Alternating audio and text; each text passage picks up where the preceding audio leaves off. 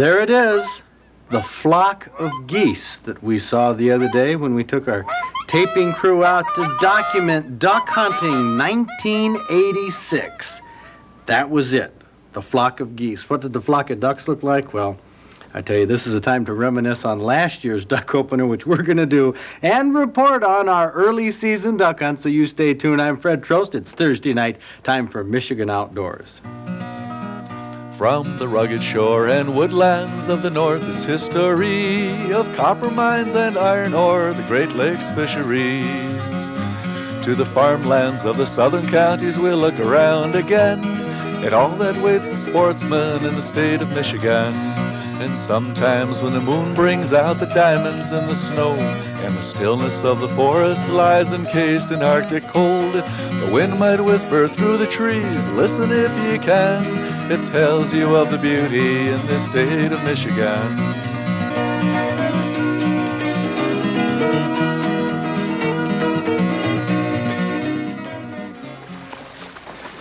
It's 7 in the morning, still dark.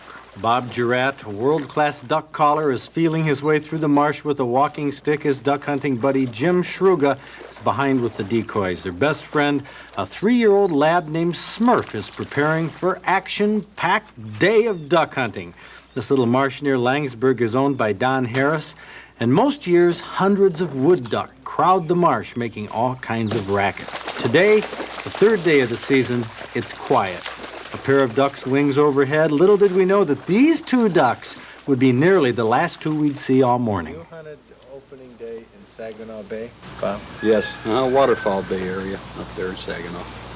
Pretty dynamite, huh? Pretty poor. Pretty poor. High waters, awful high waters washing the marsh away and things. Pretty bad. So that's opening day was flooded in Saginaw? Yes, all the surrounding cornfield, nothing was cut. So the birds had nowhere to work up there, really. Very poor. Very poor. And what about you, Jim? Same thing, same area, Bayport area, Sebring area. No corn cut, no birds. Here we are down at the, well, Bob, you always said this is the ringer of the spot. Yeah. Well, I think the corn told the story. There's so much flooded corn around. Bob Garner reiterated the problem. All this flooding we've had has scattered the ducks and geese. With all the water standing in farm fields where waterfowl like to feed, the ducks stay in those fields all the time. Now, we knew it was too wet to plow, but we didn't know it would be too wet to hunt the ducks. These two Drake mallards were the only two ducks that landed on the pond all morning. You can see why they're called dabblers. They like to tip up and feed on the plants and critters in about a foot or so of water. Only 2 ducks. Why, last year you could see 10 ducks at a time. And here's a shot taken last year on this pond. Third day of the season. We hunted here a couple days after the opener with Bob and Jim. Ducks were on the water and in the air. Here are 4 mallards and a small teal hanging out with the big guys. They see our decoys. They don't see us hidden in the weeds, but they hear all the calling and they want to come down to join the other ducks. This is the excitement of duck hunting, using calls to turn the ducks, bring them back for another look, hopefully try to get them to land in the decoys.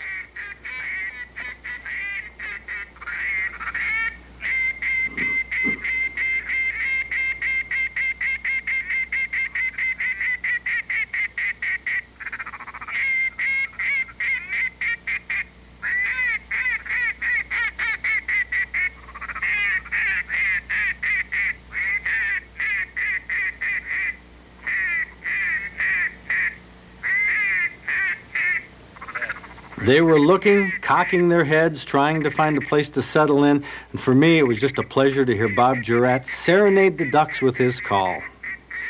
He was a winner, by the way, of the Trost Duck Calling Championship this past June at the Outdoor Fair, and he'll go on to the World Championships in Arkansas, maybe bring the trophy back to Michigan. Now, that sequence was taped in 1985. Now you're looking at 1986. This was Monday. A lone goose constituted our entire flock, and this goose was not in the least bit interested in even looking over our decoys or our prime bit of marshland. We're doing our best. Smurf was more than ready for a retrieve, and Jim Shruga, also a championship duck and goose caller, was hopeful that Don Harris's prediction would come true, but it was almost noon. You said about 9:30 we were going to have geese all over us. What happened to the big mob of geese? You got me, Fred. They're on the water out there. 6 of them. Well, you two guys hunt about half of the 40-day season. Spend about 3 weeks solid, don't you? Don't you, Jim? 20 days? About 30? 30 days? 30 to... I'm a pretty avid hunter. I work midnight, so I can go out every day if I want to. As much as my body will let me go. And yesterday I was in pretty bad shape. Well, a day like this looks to be pretty perfect. I mean, we got a light breeze. It was a drizzly Monday morning. What's the scoop? High waters, and we Just all around? Yeah, high waters. Also, we haven't had that cold snap, Fred, that we need up in the Canada area to drive those birds down here. Yeah, but we haven't seen... This was a meeting of the Lonely Duck Hunters Committee 1986. We reminisced about 1985, 1 year ago today, when that big flock of geese came winging out of the north. Jim Schruger was in the brush with Smurf retrieving a duck that we just put down. Bob Jurat was doing his darndest to bring that whole flock in, and for a while, it looked like he was going to do it.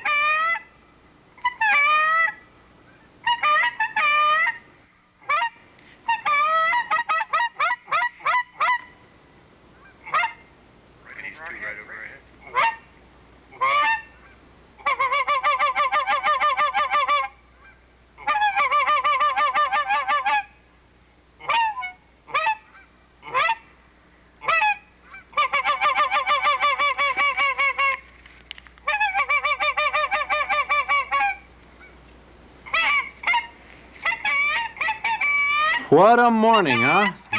That was Don Harris's pond like we've always known it.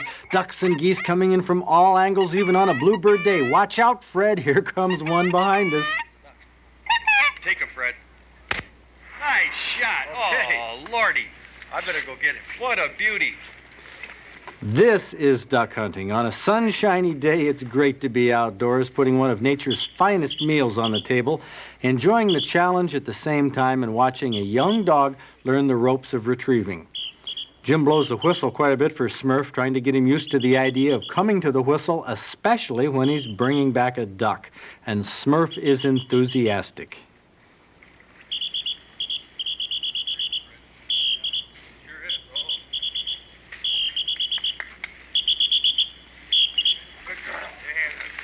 In a matter of minutes, we had bagged several wood ducks. That was in 1985, a dry year, a good year as we look back.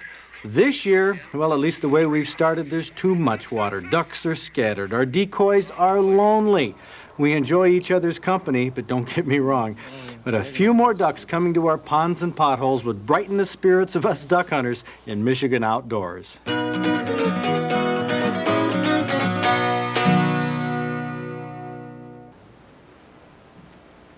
Now that's how we found it. Everybody didn't find it that way. There were some very successful duck hunters around the state, but I tell you, this high water has made things rough all over. Although fishing, it's pretty much kaput. Not many people out, but there's a few at this time of year who go out and get their names in our trophy book.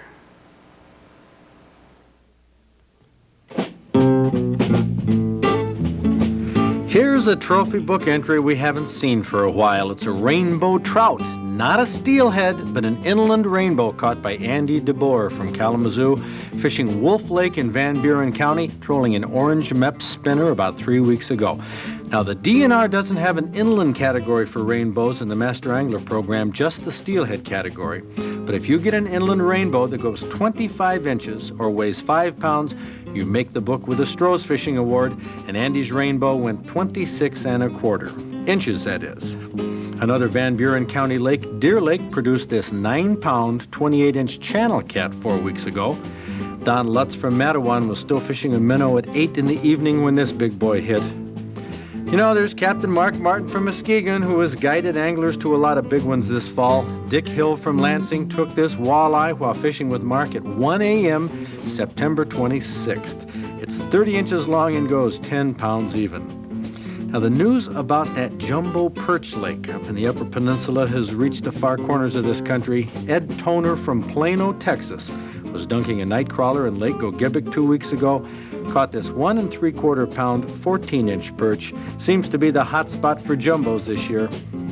Look at the coloration of this bass. It's obviously a smallmouth with the vertical bars along its side. Mighty pretty fish, and this one's a trophy. Weighing in at 5 pounds 4 ounces, length of 20.5 inches. It went for a bush hog spinner in Columbia Lake, Jackson County, a couple weeks ago. Gary Zadrich caught it at 7 in the morning, a die-hard bass fisherman. And last year at this time, bow hunter Ray Wing from Hazlitt took this 11-point buck, 253 pounds dressed out. That was in Ingham County last year on today, October 16th, a magnificent, wide, heavy rack. He had hunted this buck in 1984 and got a shot which he misjudged.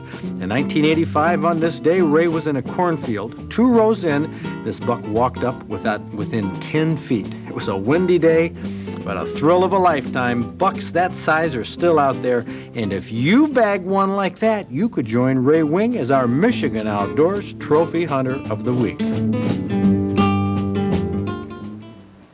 I think I can speak for the entire Michigan Outdoors crew when I say we're going to sadly miss Norm Cash, who was the apparent victim of a drowning accident last week on Beaver Island.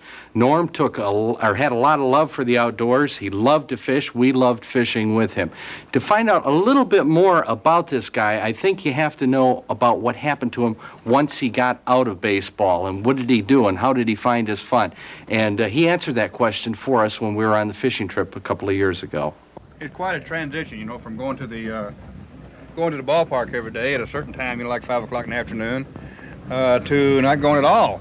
And you just, when it comes time to go, you got such a set routine after 16 years that you automatically want to go. So, you know, what do I do at 5 o'clock now? You know, I got to go cut the grass. But I did find out one thing. I bet he didn't like to cut the grass. I did find out one thing I don't think he ever did. that I was missing a lot in my life, because at 5 o'clock I was going to go play ball, and most of the people coming home and they had their coolers and their beer and their fishing rods in their hands. So, so they had a lot of fun too.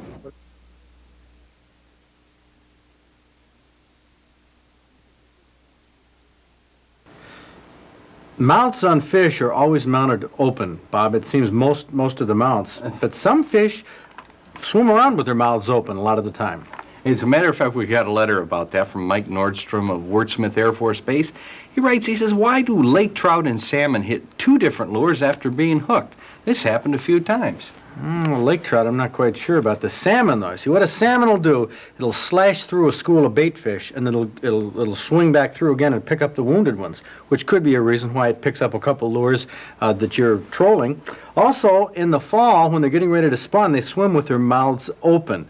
I guess the older and bigger they are, they develop what's called a kype on the front jaw, and their mouths are open all the time. They swim around that way, and they could snag other lines in their mouth. That's 2 possible reasons. The lake trout, I don't know. I don't know. They shouldn't do that. I don't know. I guess it's just a hungry lake trout is all I can say. Now let's see if you folks can answer this question in our outdoor quiz. The red-breasted merganser can fly up to 80 miles an hour, making it the fastest game bird. What is the fastest non-game bird, and how fast can it fly? The white-throated swift leaves the merganser in the dust, winging overhead at speeds exceeding 106 miles an hour, while the peregrine falcon has been clocked in dives at 180 miles an hour. Met some of the greatest people at our Outdoors Forever meetings, and one face that we've seen at every meeting is Grant Church. Grant, you're a real advocate for, what do you call amputees? For amputees, and anything can be done for the handicapped, regardless if they're amputee or not. Okay, now you missing a left arm. Yes, Happened, that's right. how long ago? What happened? Well, I won't tell you how long ago, but I was 13 years old. 13 years old. Huh?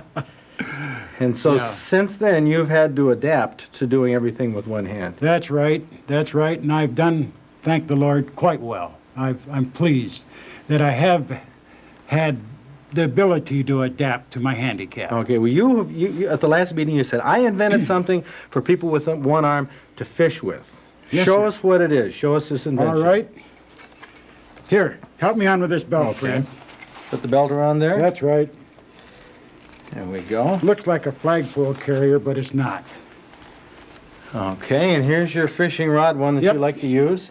This is it. Now, just cast out. Throw the rod in here. That's my left hand. I can reel with my right. Try pulling that out, Fred.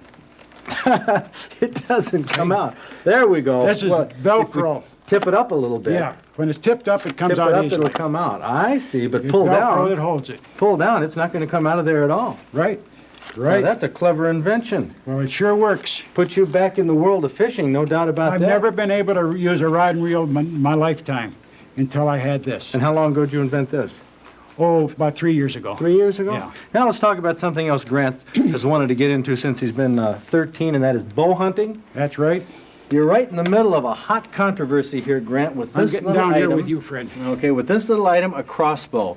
Members of the Michigan Bow Hunters, and a lot of bow hunters don't want to see a crossbow legalized across the board in this state because it's so easy to use. But you can't draw a bow, can you? That's right. It takes 2 hands, one to hold the bow and one to pull the arrow back. Okay, well here, just you don't have to go to cock this thing, but you can show us how with one arm you can Sure. cock a crossbow. Sure. This is just a target arrow here. Mm-hmm. Now, to cock the crossbow, this hooks into part of the stock, that onto the string, and then it's pulled backwards. When you're not on television, it's this. a lot easier. Yeah, when you're not on TV, it really works. But So that you comes could on pull it back and yeah. cock it. Hooks into the trigger, pulling the trigger releases it. That could put you into bow hunting. That's right. Now, don't you feel that with some special permits and special regulations that handicappers who can't use one arm could be licensed to use a crossbow? And Absolutely. Paraplegics. Mm-hmm. And anyone that has the use of only one hand and arm can use a crossbow. Grant, you've been a real advocate. I appreciate you coming here and demonstrating this for hunters and for fishermen. And I'm sure you're going to hear more about these issues. By the way, write us, tell us how you feel about crossbows for the handicapped hunters the way you just saw it. I think it's a good idea. I think the public will support it. Can don't I you? take a moment? Go ahead, Grant. I want to congratulate you on your efforts in helping the handicapped Oh. people, Fred. You've done a tremendous job. My pleasure, Grant. People Thank like you. you that make it happen. Thank you. Lois Bond from Seaboing was a big winner with Goose Breast Surprise in our wild game cooking contest. This was the top small game entry. It's not surprising that this goose that we're eating right here did not come from Bob Garner and I Not this so time. far this season. Well, we've shot a few ducks, but it has been a tough season. Few and far between. This came from Ken Darwin. Michigan fisherman, and he donated it very freely. Yeah, he did. He edits Michigan Fisherman magazine, but he's been out duck hunting and Doing real good goose this hunting, year. doing very well. And there's the goose, which you can see. A goose is largely dark meat from stem Very to dark. stern. And we got big pieces off this. It's not as big as a turkey, but much bigger than a chicken or a pheasant. And Lois says you should cut this off into small pieces or strips. Pieces or strips, right. Now, I opted for pieces. She says you can put it on a bun, and so we're just going to put it on noodles here. But you're going to marinate this. You're going to tenderize it with some Adolphs. Now, that's unseasoned tenderizer. They're just straight tenderizer. A little bit of Italian dressing. Now, that acts as a tenderizer in itself. I can taste that a little bit. You can. It's just a bit different. This is not a spicy recipe, but a Not at recipe all. that has spices in it. There's a little Garlic powder and onion powder, not salt. And we got seasoning salt. Going to find a little bit of seasoning salt here. That's the only salt there is. And some good ground fresh pepper. Good black pepper there. Mm-hmm. And I'm going to stir this up. Now, we're going to coat the pieces in that and I then tell you, fry them. that breading right there, I can taste it on this goose right here. Oh. It tastes like that shore lunch Yep, stuff you buy that's exactly. It's probably real just about what it expensive. is. Oh, Yep. man. Be is good that on anything. Good on steak, just about anything. Going to fry these very quickly. You just want to coat the outside of them and then fry them very quickly. Ooh, look, you can see they're bubbly hot right there. See the oil. They don't take long at all. You're just going to You used a sear wok. the outside. That's right. You can use a wok or you can use a frying pan. A Little bit of nonstick oil. surface is best. That's right. Now I got onion, a whole onion. Just going to fry these until it's transparent. You don't want to brown them really. They're really tasty, too. The onions? Yes. Going to add a can of mushrooms and just mix those in with the onions. Or fresh you could use. It would Oh. take longer to cook, I think, Yep, the it fresh most certainly ones. would. You want to cook those first before you did your onions. Then you're going to add this back in, just kind of keep it warm. You want to be careful stirring this because the breading will come off. And here it is, Goose Breast Surprise, which Lois says you can put on a sandwich. On a sandwich bun, right, or on rice, or noodles. She also says that you can cook this with venison, with, I bet it would be good even with woodcock breasts, Oh, like we had absolutely. last week. Those little pieces, you bet. Ducks. Bob is getting every last mushroom and every last noodle. Venison, moose, elk, beef, chicken, It could be with beef. You can see right here, popple cutting. trees. You can see cutting into the goose breast. Now, this is not cooked all the way through like many people cook wild game. You can see a little bit of pink in there that would look like a piece of prime rib or roast beef. That's how you want to cook wild game. And Oh, yeah, goose. you wouldn't want it completely done. Oh, and I tell you, this is just superb. I don't know, I've got a little bit left. Yeah, one Very onion, little bit. one onion and 2 pieces of noodles. That's a testimonial for it, folks. Goose breast surprise. Lois, thank you for the recipe, folks. I hope you can get outdoors this weekend. Don't mind the weather. It's got to improve. We'll see you next week. Nice shot. Oh, Lordy. I better go get it. What a beauty. This is duck hunting. On a sunshiny day, it's great to be outdoors, putting one of nature's finest meals on the table, enjoying the challenge at the same time, and watching a young dog learn the ropes of retrieving. Jim blows the whistle quite a bit for Smurf, trying to get him used to the idea of coming to the whistle, especially when he's bringing back a duck.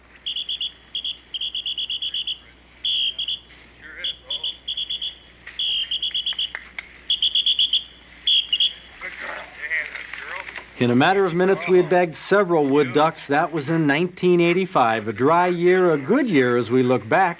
This year, well, at least the way we've started, there's too much water. Ducks are scattered. Our decoys are lonely. We enjoy each other's company, but don't get me wrong. But a few more ducks coming to our ponds and potholes would brighten the spirits of us duck hunters in Michigan outdoors.